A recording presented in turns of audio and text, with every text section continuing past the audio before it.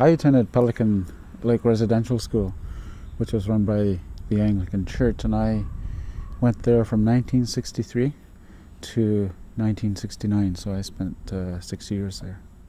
I don't think I was really truly ever prepared to go to the residential school. I had an older brother who had been there 2 years ahead of me, and he would talk about the school, of course, and my parents would do their best to try and tell me about what it was like to go to prepare myself to go to residential school. But it was just something that, as a child, I never really grasped or really understood what they were talking about until it was actually the time to go there.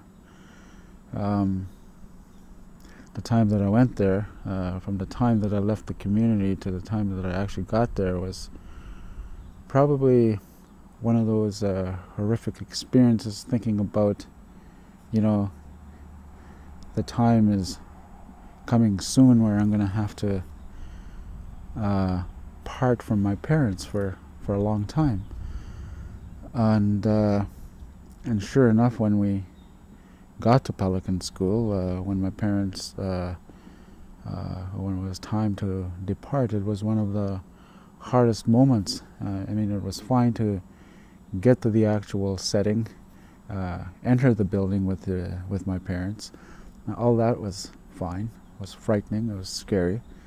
But the moment that really I remember to the point of breakdown was actually saying goodbye to my parents. That was the hardest part. I remember them leaving and I saying goodbye to them and just crying and wanting to be with them, wanting to stay with them, wondering, why do I have to be here? Why is it that I am being separated from my parents, and thinking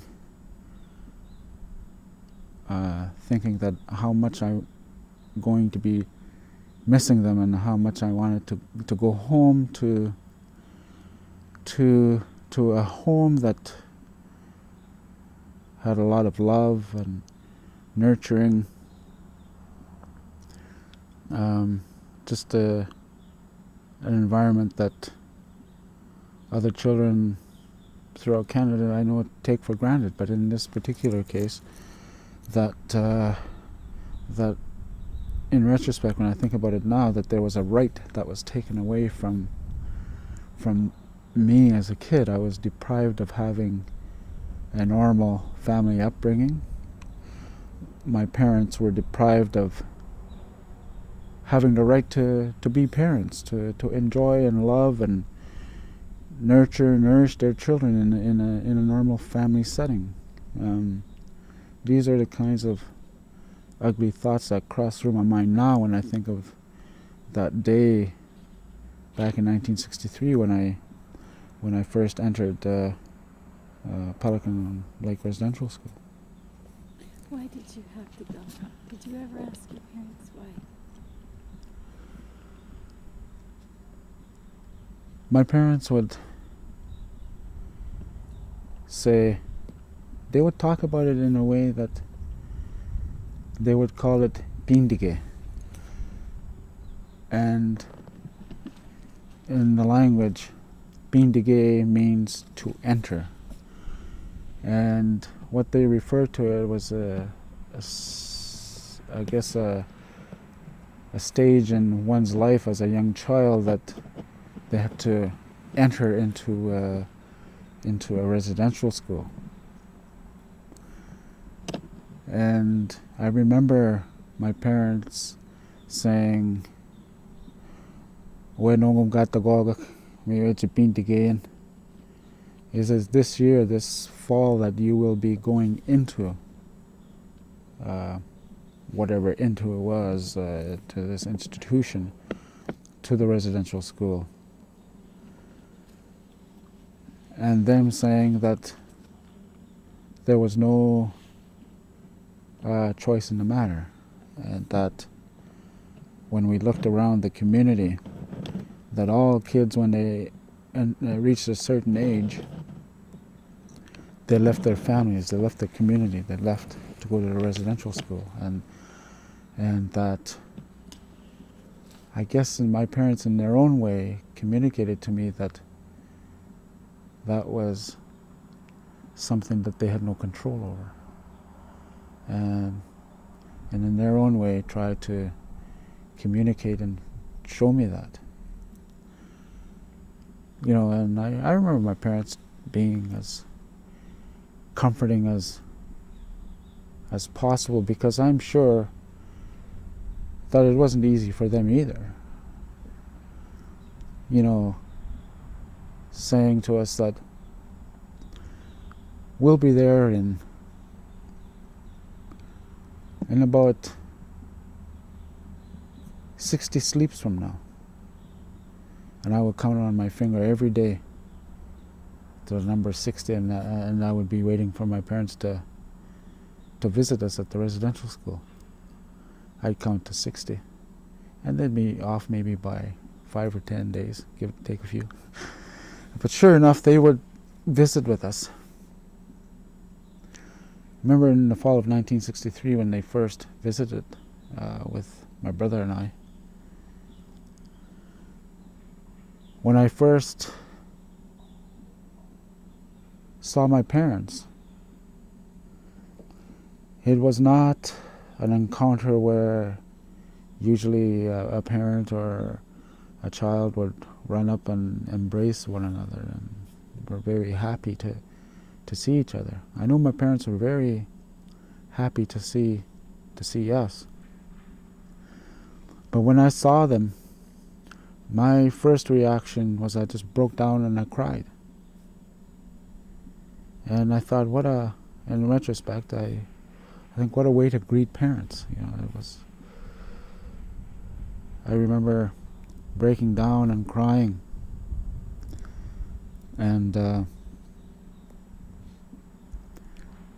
it wasn't the easiest encounter. And all along thinking, please Dad, please Mom, take me home with you now when you go back to Lac Sioux. Take me with you. I want to be with you. I remember saying that to myself and saying that to them and pleading with them that, I did not like where I was, because I came from an environment where it was a normal family setting. Came from an environment where my parents lived in the bush. They trapped, they fished, they hunted, they gathered. They lived off the land, and those were the kinds of skills that I was starting to acquire. But then when I left residential school, all that was taken away. It was stripped. I was set into an environment where there was not a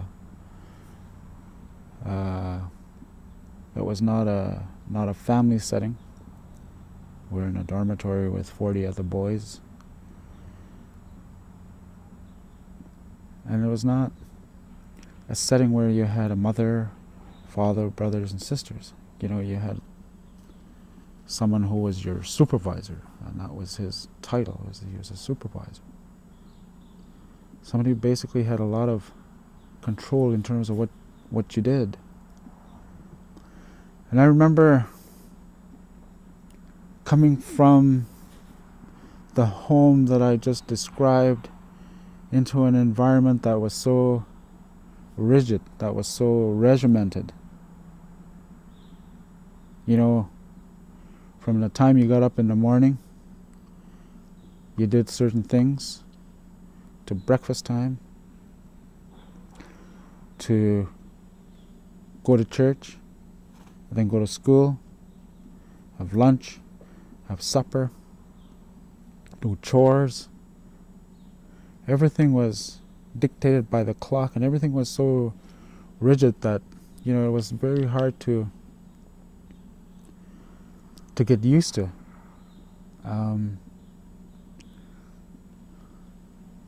Not only that, there were others around you that sometimes did not make life so easy. I was scared of some of the supervisors. At the same time, I really enjoyed being around some of them. My first supervisor, I was very afraid of him. And now I see him today, I can truly say that he has respect for me, and I have respect for him. But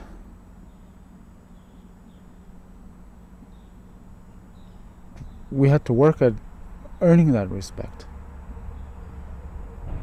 And that's not always the easiest thing. And so, when we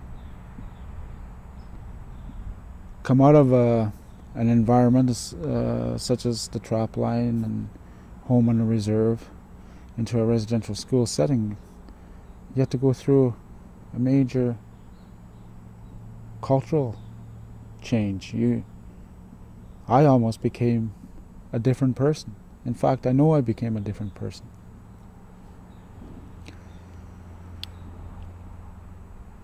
What really bothers me is we had an Anglican church deacon who was the principal of the residential school. He was a native person, but he also had to follow the policies and guidelines of the church and as well as the government, and that was the process of assimilation. He had to follow, he had no choice but to work towards taking our language away, to assimilate us.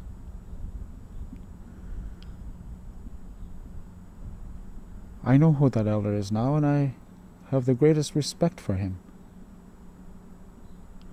But I think all in all what it is a process of colonization that all of us had encountered. And we still feel the effects of it today, this generation and the next generation to come.